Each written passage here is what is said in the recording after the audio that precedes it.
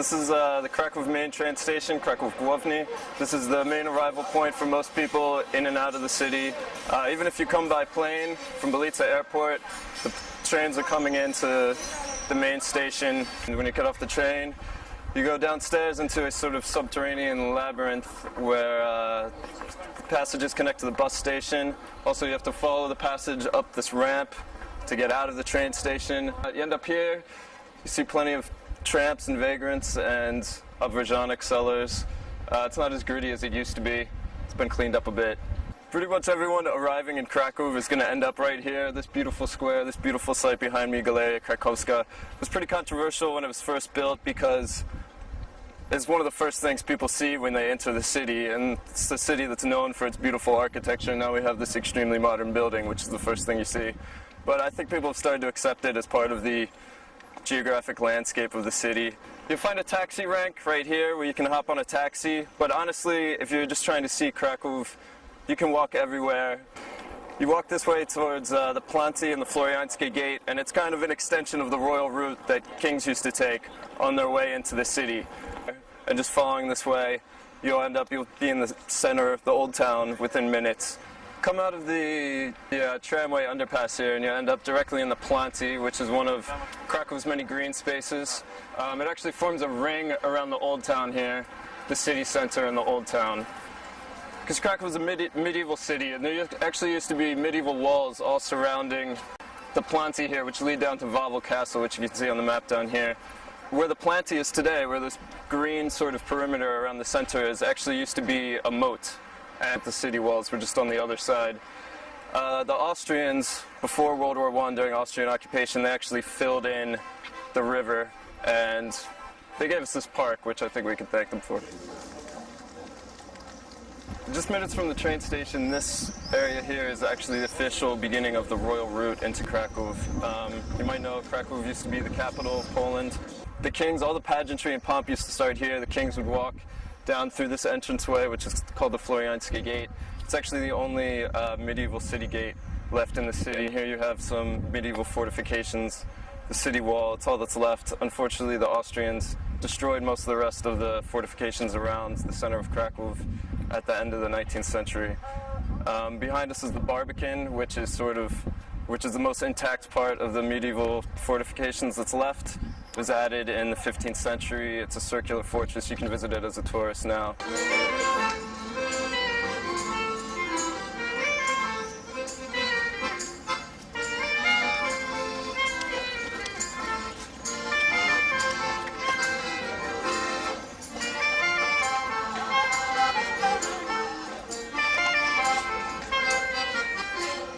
Standing on Ulica Floriańska now, it's one of the most commercial streets in Kraków, the main thoroughfare into the Rynek.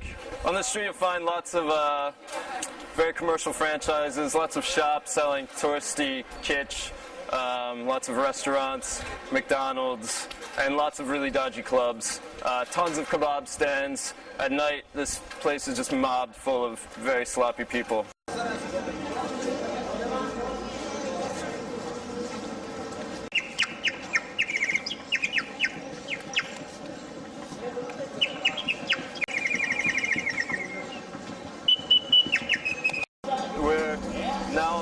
Krakow's main market square, the Rynek Główny it's called.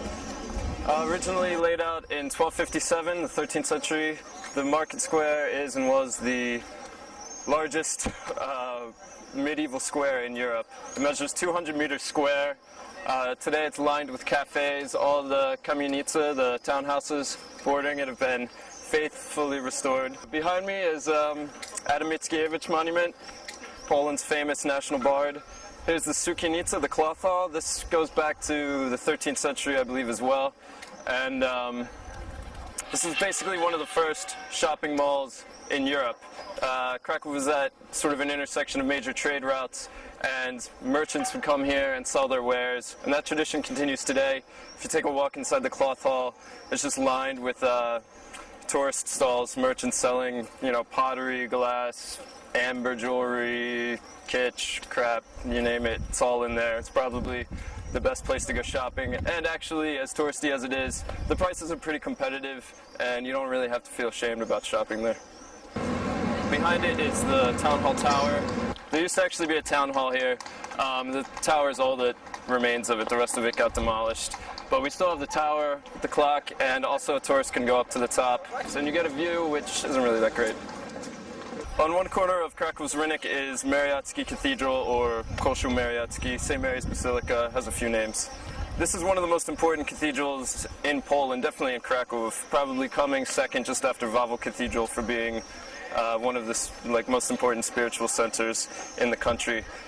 Inside the main feature is Wittstosz's altarpiece. It's the largest Gothic altarpiece in Europe. Every day, every hour on the hour, the firemen of Kraków play a bugle from the windows of Mariacki Cathedral from this second tower on the left here. The tune is played in the 4 cardinal directions. You can pretty much hear it all over the center of town. It's also played on Polish radio.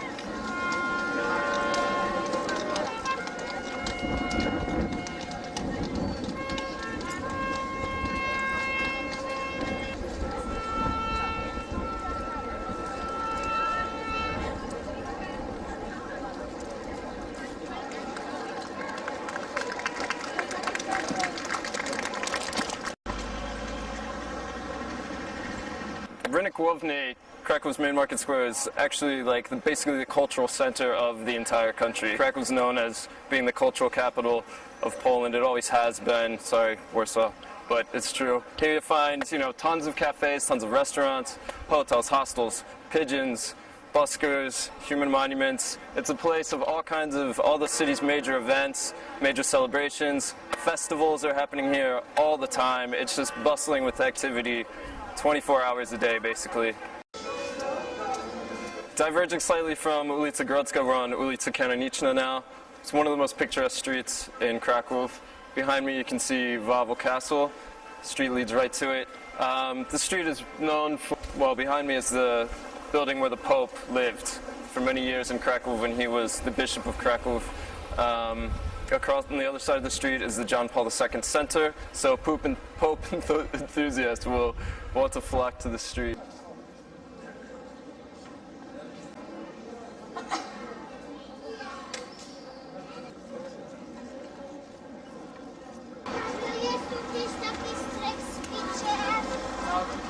We've just hiked up Wawel Hill. First thing you see when you get inside where we are now, which is the actual castle complex, is the queue to get tickets.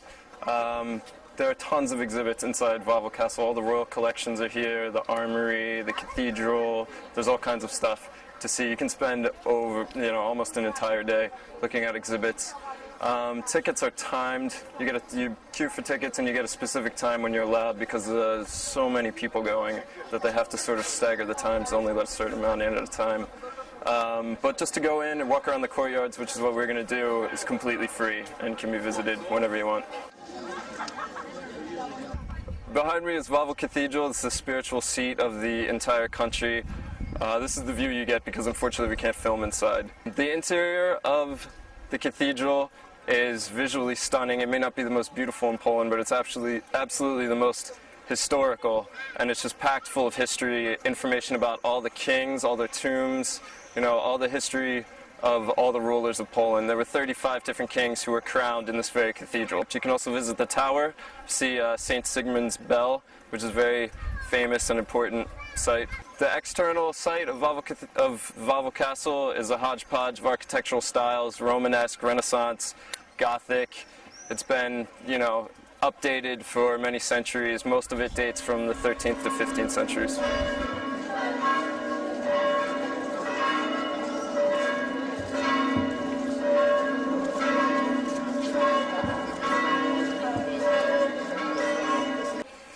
We're inside the inner courtyard now, an architectural masterpiece. Here you have access to all the main exhibitions inside Wawel Cathedral, or Wawel Castle, excuse me. There's the armory, the royal armory. You can see the hussar wings. It's impressive. It doesn't sound that great, but it's truly stunning. The royal apartments and staterooms filled with royal treasures.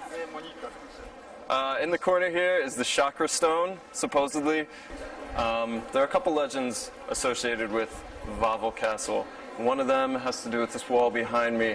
The legend goes, the Hindu god Shiva threw 7 sacred stones across the world, and one of them landed in Kraków apparently. And now psychic mediums, enthusiast scholars have traced the reverberations of the stone to here inside Wawel Castle, and this wall in particular. You can see the dark stains on the wall are primarily from the oil from people's hands of touching this site. Built on a hill, Wawel overlooks the Wisła, or Vistula in English, river. It's the largest river in Poland. It runs from Trójmiasto up in Gdańsk in the Baltic Sea, through Warsaw, all the way down to Kraków.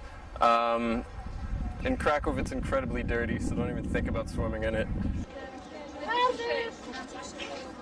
In the view here you can see Kopiec Kościuszko way off in the distance on this hill. That's a burial mound made for Poland's famous freedom fighter Tadeusz Kościuszko. Also, you see boats along the river here. These are tourist boats. You can take a ride down the river to the famous Tyniec Sanctuary, or just paddle around, whatever you like. You can eat, drink, have a good time. We've just gone through the Dragon's Cave, which is a limestone cave beneath Wawel Castle. Legend goes that obviously the dragon was doing what dragons do, eating villagers, livestock, and virgins, as they do. And the king stuffed a sheep full of sulfur, a sheep carcass full of sulfur, fed it to the dragon. That's how the dragon was finally defeated. Now we have this monument, which is very popular with kids.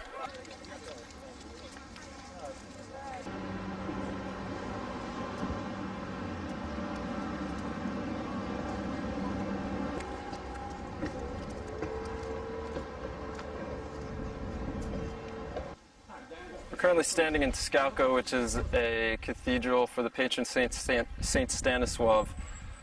He was martyred at this site, actually on the steps of the cathedral. Standing on the steps where Saint Stanislaw was martyred, the sword that he was beheaded with is actually inside next to the altar. You can still see it there. Worth mentioning is the crypt, which is directly below here. It's open to visitors. It's the second most important crypt in Poland. Many famous artists and statesmen are buried there, including Nobel Prize winner Czesław Miłosz and Stanisław Wyspiański.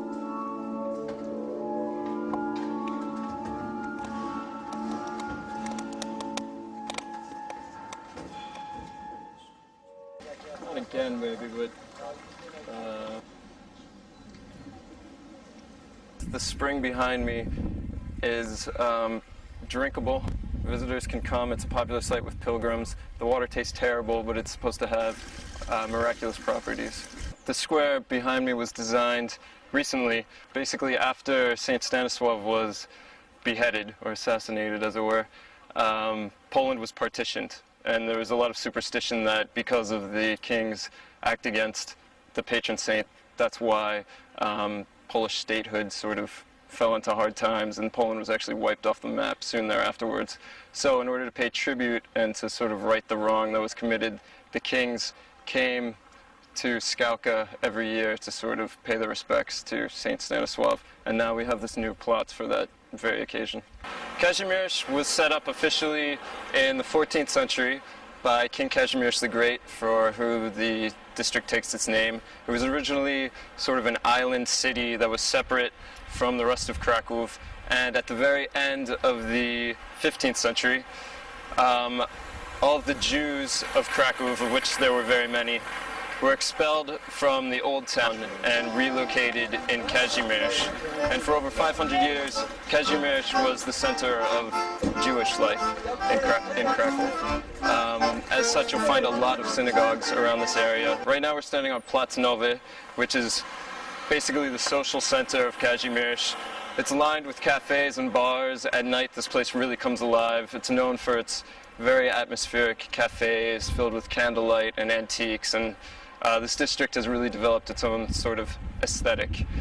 About 10 years ago, this part of Kraków was really in bad shape. Then along came Steven Spielberg. He filmed his very famous, internationally acclaimed film, Schindler's List. Almost all of it was filmed in Kazimierz, and as a result, there was a lot of attention put on the district.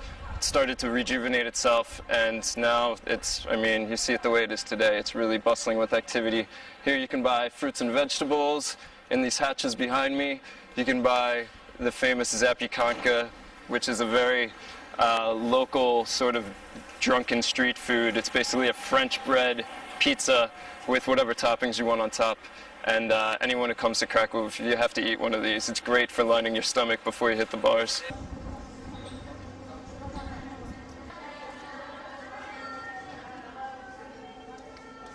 Just a couple blocks from Plac Nowy, we're on Ulica Szeroka now. This picturesque street is another main thoroughfare for tourists. It's lined with really nice restaurants, a lot of Jewish restaurants. It doesn't necessarily mean they're kosher, but they serve Jewish food. You also find two of the most important synagogues in Kazimierz and in all of Poland right on the street. One is the Rimu Cemetery, which is up here on the left, and that's one of the oldest. It also has the Old Jewish Cemetery, which is very important. The other synagogue behind the camera here is the Old Synagogue. This synagogue is actually the oldest example of Jewish architecture in all of Poland. It was built at the end of the 15th century, and today it's no longer a working synagogue, but you can visit, and there's an exhibition on just Jewish culture in Kazimierz and all of Poland.